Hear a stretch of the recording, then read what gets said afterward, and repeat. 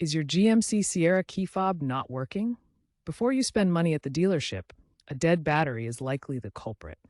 Symptoms include the vehicle not responding to button presses, decreased range, or an error message on the dashboard. The 2023-2024 GMC Sierra key fobs use a CR232 3-volt lithium coin cell battery, easily found at auto parts stores or online for around $2 to $5. You'll also need a small flathead screwdriver or a coin to open the fob.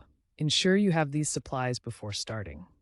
Work in a clean, static-free environment to avoid damaging the fob's electronics.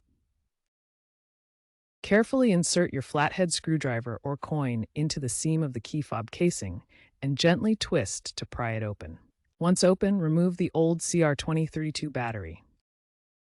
Pay attention to the battery's orientation. The positive plus side should face up. Insert the new battery, ensuring it's correctly seated. Reassemble the fob by snapping the casing back together. Test the fob by pressing the buttons within 5 to 10 feet of your vehicle.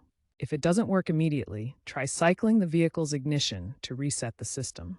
If the fob still fails, double-check the battery orientation and ensure the battery contacts are clean and not bent.